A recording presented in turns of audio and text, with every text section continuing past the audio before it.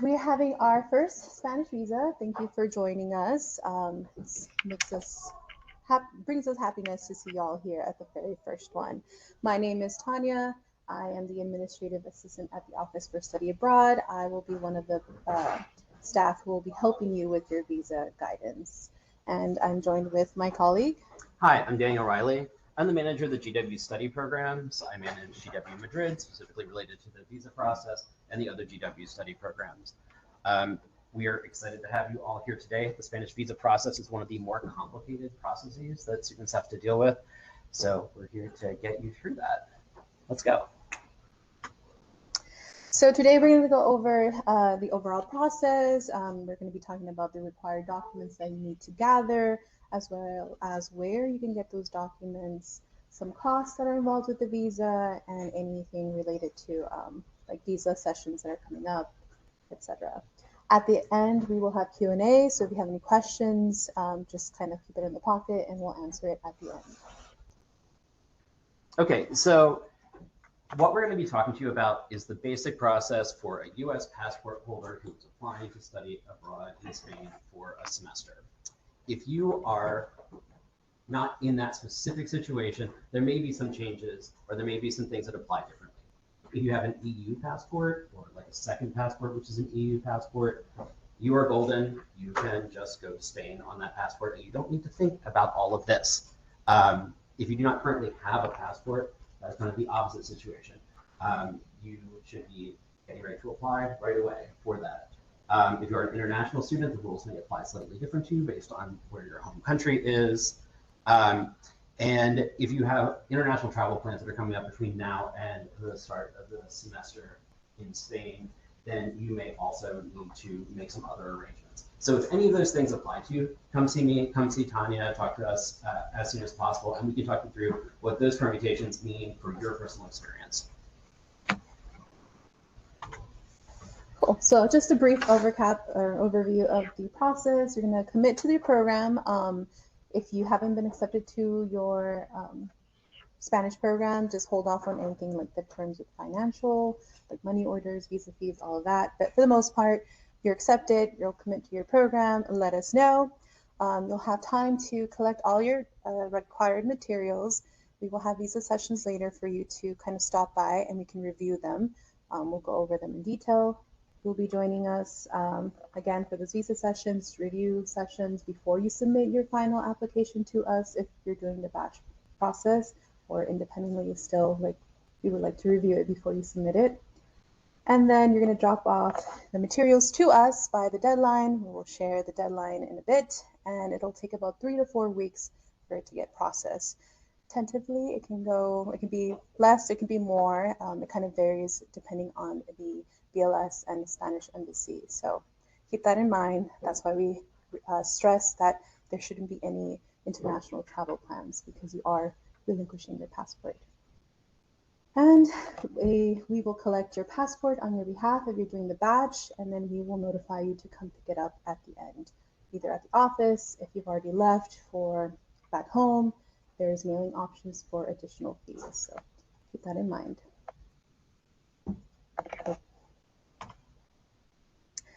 So the required materials, we have the first one is, of course, you need to have a valid passport, as Daniel's mentioned. It needs to be valid at least 1 year after the end of your program date. So if your passport's going to expire before that, make sure to renew it ASAP. So there's that. You also need to have 2 blank pages in your passport because they are going to affix the visa on there. So make sure there's some blank pages there.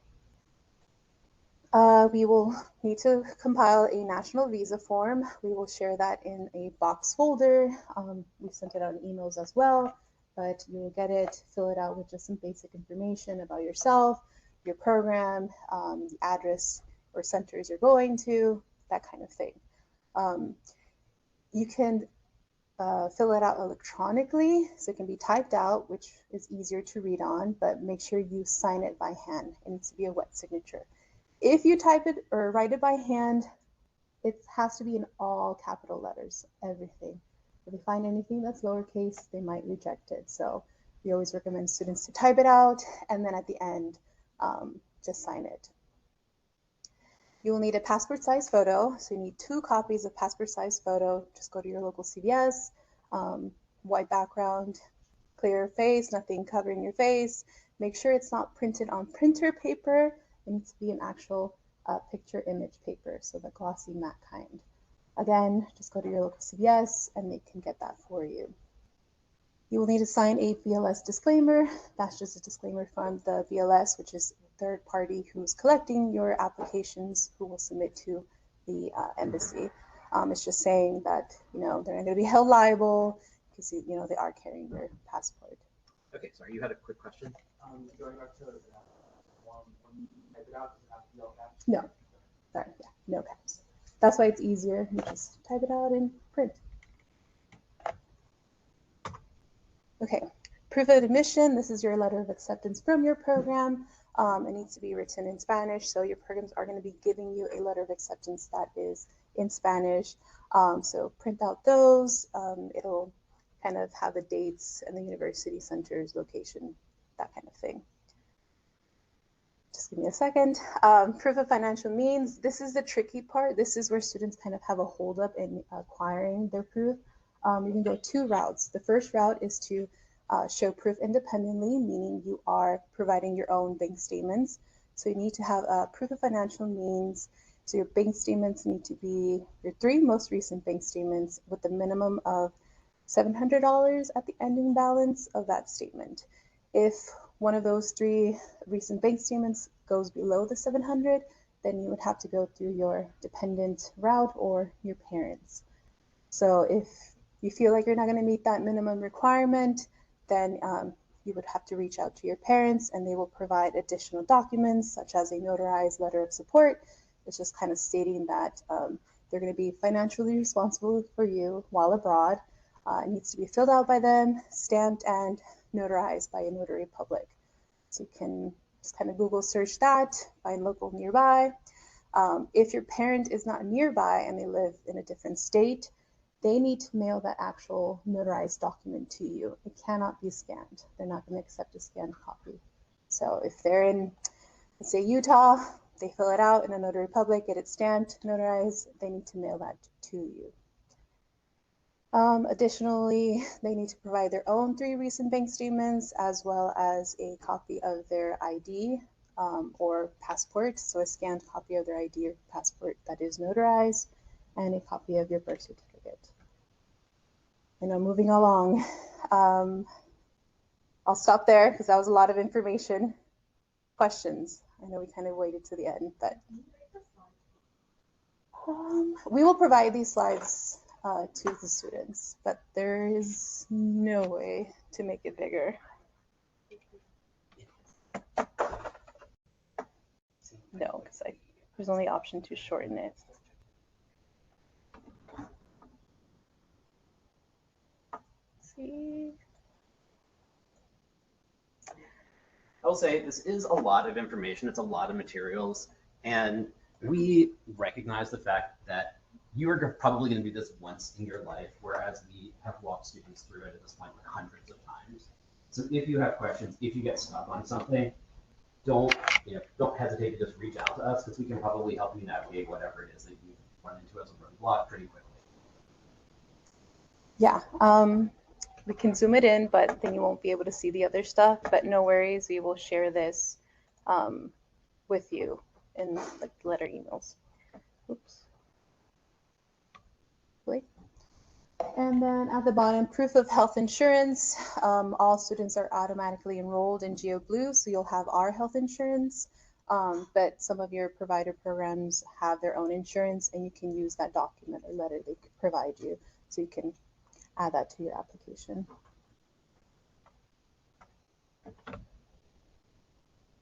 Now it doesn't.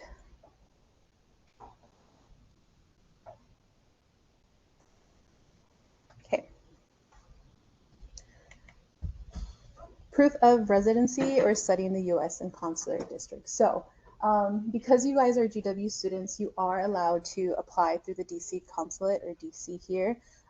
Showing this proof would just be a photocopy of your G World, but we also ask for you to provide a photocopy of your driver's license or state ID. So those are the two things. But again, if you're applying independently, you would go through your home jurisdiction, so wherever your hometown is, and whatever consulate or BLS center serves that district. But because you guys are DW students, you guys could go through DC. The next is the visa fee. At the moment, to have BLS do the service and apply for the actual visa processing, it'll be $186 tentative. It is subject to change, so depending on when they update their new rates. So we ask you to hold off on purchasing your money order till it gets closer to the application deadline.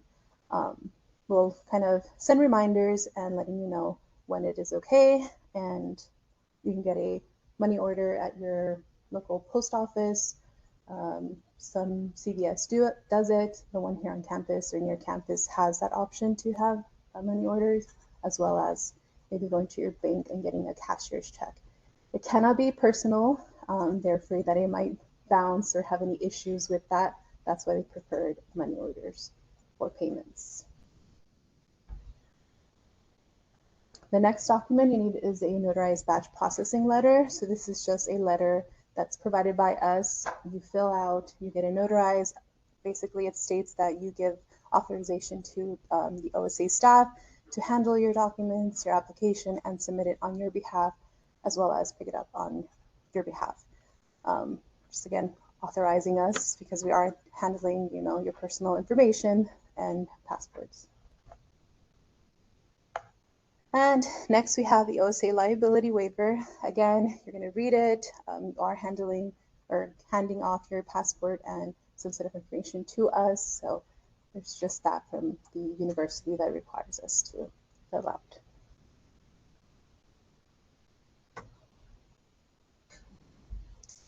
Okay, new requirements. So recently in May, there was new policy changes that kind of affected the visa process. So now there's some additional steps that you need to, or documents you need to gather. This is the medical certificates. You're going to go with your doctor, schedule an appointment, and they need to fill out this template. It's like a bilingual form that is just stating that they checked and made sure that you're in good health to, travel and study abroad in Spain. It needs to be completed by an actual MD. It can't be a nurse practitioner or any of that sort. Again, this is one of the things maybe you should start looking into and maybe schedule an appointment, as some doctor appointments fill up quickly. And proof of payment of fees. This is provided by your provider or host institution. It's just a letter saying that all the tuition fees have been paid out. Usually they will add it to your acceptance letter, so just keep a lookout for a little sentence or two stating that the fees have been paid. And the most important is the submission of the visa application. The recent policy change requires that students submit at least, so no later than 2 months before the start date of your program. So once it hits more than 2 months or past those 2 months, you might get rejected. So this is a strict deadline that they're imposing, hence why if you're doing the batch, that would be great because we will make sure you meet that deadline before then. If you're doing independently, keep that in mind so it's on your radar. And if you're doing an academic year program, so not 180 or more days, you will need to do a criminal background check. Is anyone doing a full year in Spain or planning to? Oh. So for students who are going abroad in the spring, there is often the option of extending into the following fall semester. Students do this occasionally. If you were to do that, you would then have to meet this requirement, which would mean that over the summer, you would need to get an FBI background check and an apostille to then extend into the following fall semester. But if you're just doing the semester, you don't need to worry about this. Cool. All right. So let's take a quick look at the long-term visa form. Obviously, this is like hard to read, so you can just trust that this is pretty officious. This is a standard visa form which is used by the Spanish government for anybody who's doing a long stay. So whether that is somebody who's studying abroad, who's going to be working temporarily, who is coming in as a spouse of somebody who has a reason to be in Spain, or for a family member. So not everything on this is going to apply to you, but most of it is pretty self-explanatory. They will ask for your name, your address. This column here is stuff that you can completely ignore. It is for the Spanish visa official only. Also, they will require us to attach the photo that you submit into that upper right-hand corner. That they know who you are, and they can match it up against your passport. Okay, a couple of questions that often come up, and again, you're going to get these slides, so it will make a lot more sense when you're sitting in front of this typing it out. But like, what kind of passport do I have? And the answer is you have an ordinary passport. The only other options are if you were like in the military and have a military passport, or if you have, if you work for like the State Department, or if you're a family member who does, you have a diplomatic passport. But in almost all instances, you're going to have ordinary passports. Your occupation is student, and you're going to be requesting, importantly, multiple entries. That means that you can leave Spain and the Schengen area during your semester abroad and return, and not be like stuck there once you arrive. For your address in Spain, your program will give you this information. In the case of EWMID, you'll use the office address. If you are on an exchange, you'll use the address of the international office of your host university, like ESADE or Navarra.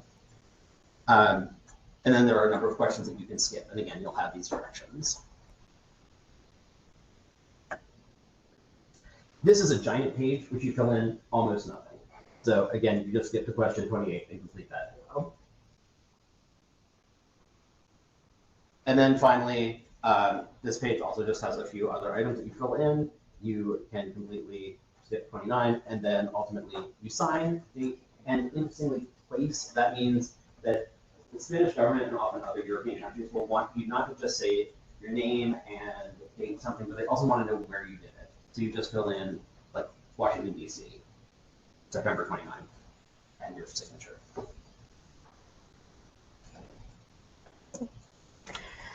Right, so we talked about several documents. So now where can you get these documents? The passport, application form, passport size photos, a BLS disclaimer, we have that as you or your family, so it is your responsibility to fill it out. We will provide the forms, again, in the box folder. You can download it and just fill it out, but for the most part, this is your responsibility. The program acceptance is, of course, from your program or host institution who's, accepting you to their program. So that is provided by them. Financial means and health insurance, or let's go with financial means. The Office for Study Abroad is going to provide a financial support letter. It's just stating that, you are paying GW tuition, that's fine. But for the most part, these are your 3 most recent bank statements. So again, that is your responsibility to acquire them, or your family if you're going through the dependent route.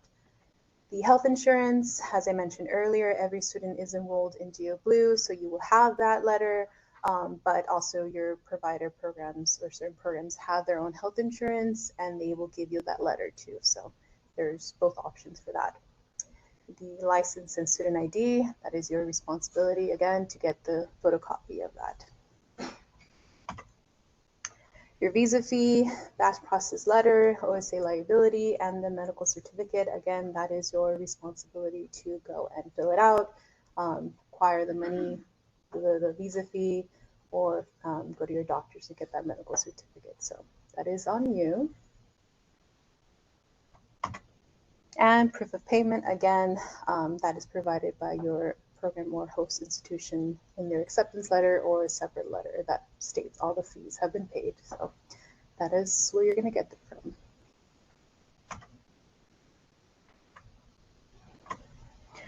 Cost of shipping, or costs in general. Again, as we mentioned, at the moment, the visa fee is $186. It can be subject to change, so hold off on purchasing your money order until it's closer to the deadline, and again, we'll give an okay once we have it finalized. Places you can get your money order: Western Unions, MoneyGrams, the U.S. Postal Service, some CVS. Just be aware. And then, as we mentioned, you do have the option to have the passport shipped to you if you've already left DC. So if it's the semester's over and we're still waiting for your visa, then we will have that option available. But we do recommend, if you're in the area in DC, to come pick it up in person, just to avoid any potential risks with having it mailed. But for the most part, we will charge you whatever the cost is to get it FedEx to you. Has anyone here ever gotten a money order for anything? Okay, I see like one nodding head. So a money order is basically like a prepaid check, which is guaranteed by the organization that you're paying it to. So when you go to CVS and you get a money order, you basically fill out something that looks very much like a paper check. You are handing them the $186, or paying with your credit card, and then a small fee, usually just a couple dollars, to provide that document. And then you carry that document with you to wherever it is that you're making it. I imagine most of you don't fill out a lot of paper checks in your lives at this point, but the process is exceptionally similar, and whoever is selling it to you will be able to walk you through what you need to actually do if you have any questions. On the folder that will be shared, there's a how to fill out a money order guide for 3 of the most common money orders that students purchase, so you can follow that too. Important travel guidance. Sure. So we strongly discourage anybody planning personal travel during the time that we're expected to hold your passports for the visa processing. We hope that passports will be back within 1 month of you dropping them off with us for batch processing, but this summer it took almost 2 months. So it can stretch right up until the end of the semester, or even into winter break. There are emergency options. We had a student this semester who needed to travel internationally during a period when their passport was stuck at the Spanish consulate, and they were able to acquire a second short-term passport from the U.S. Passport Service. This is something which is available, but it is the expense of purchasing a full passport. So it is not something that everybody is going to want to do. It is easier to simply make sure that you're not doing international travel or having international travel planned during the period that they're not expected to have a passport.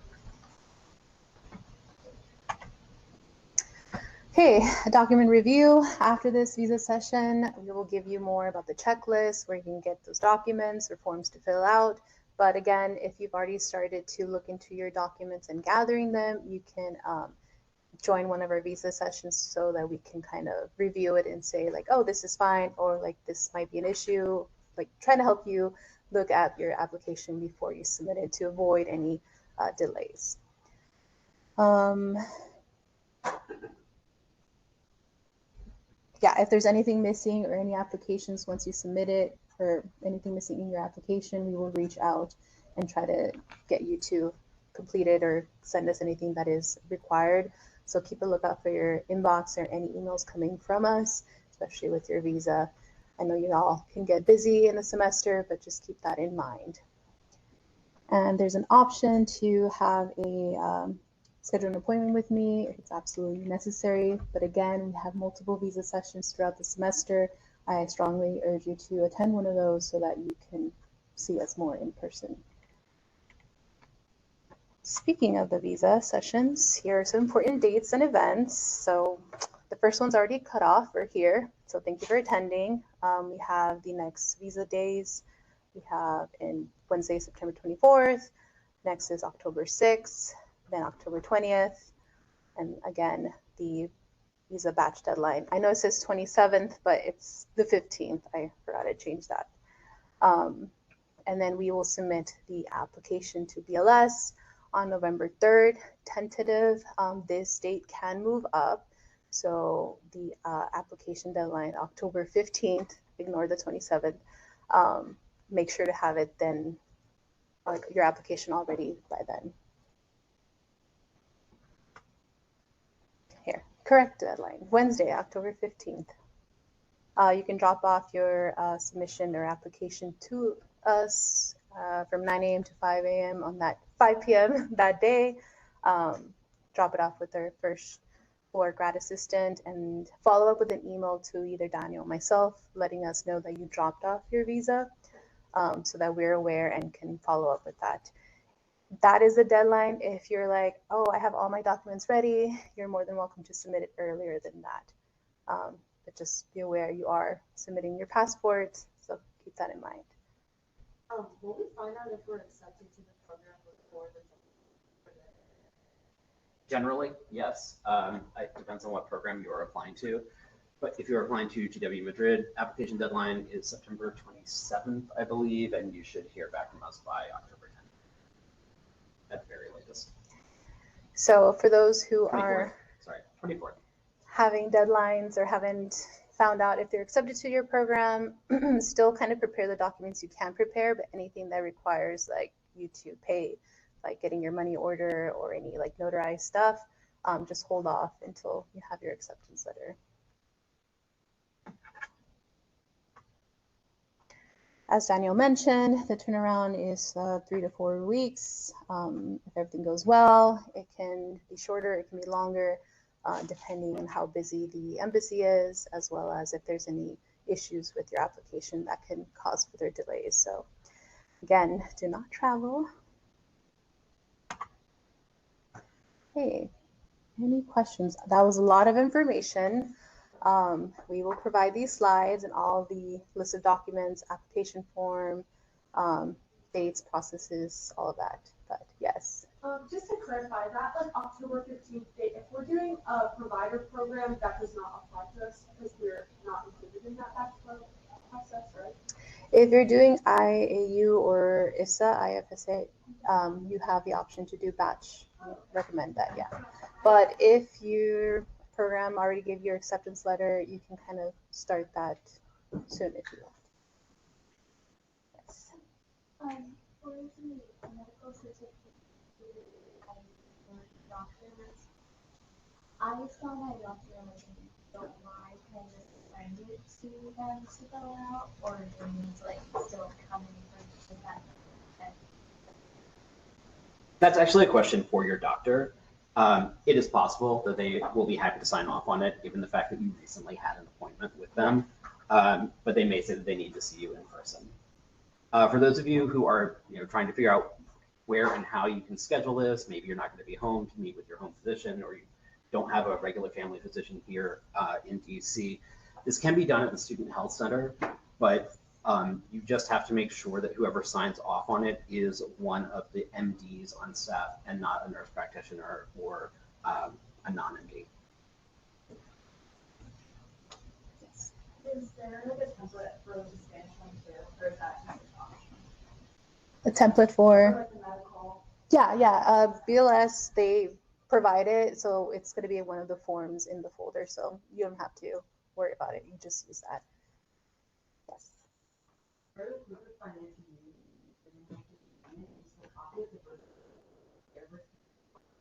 Yours.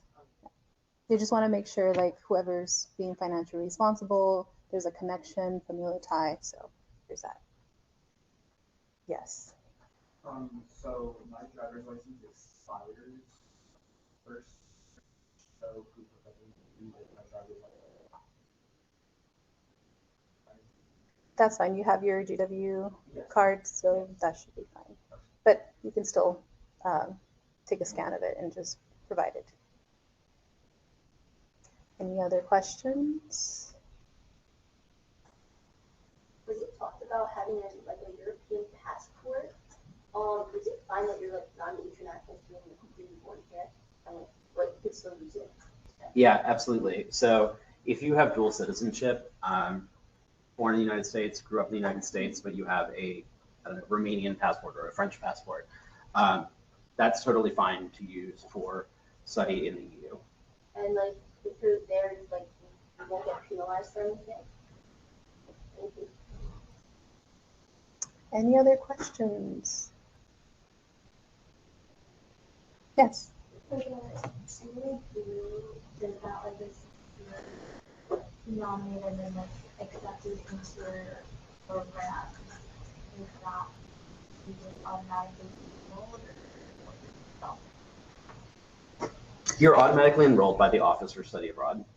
And we will provide GeoBlue letters to all students who are applying for Spanish visas. So that will be a document that will be uploaded into your GW Passport documents, and you'll be able to download that for your application. In the chance that it's not uploaded into your document section, then you don't have to worry. We will like add it to your application, but it should be in your document section. Yes. I'm looking at this in summer, but it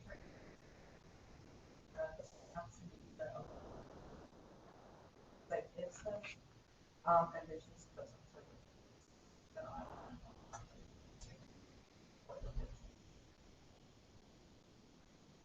You should have your acceptance letter by then, or like have all that finalized by this deadline. So you should be fine. In the off chance that you don't meet this deadline, again, there's the option to apply independently. It's just you setting up an appointment with BLS and going there yourself, but you should be fine. Honestly, the application process individually isn't particularly challenging compared to doing it as a batch process, but it does mean that there isn't anybody to verify your documents. But the biggest thing is that it's exceptionally hard to get appointments with BLS to actually drop off your application materials. Whereas if you do the batch, we will have an appointment for the entire group, and it is something that none of you have to worry about. How do we get the folder of all the documents? We will send out an email. So everyone who RSVP will make sure that you get it, but we'll send out a whole email to all the students who have an application open with like a Spanish program, and we'll send that link to you. Any other questions? All right. Well, thank you again. If you have any other questions, you can reach out to Daniel or myself, and we will try to help you with that. And if you have questions that you did not want to ask in front of the group, then you can come up and talk to us now. All right. Thanks, everybody.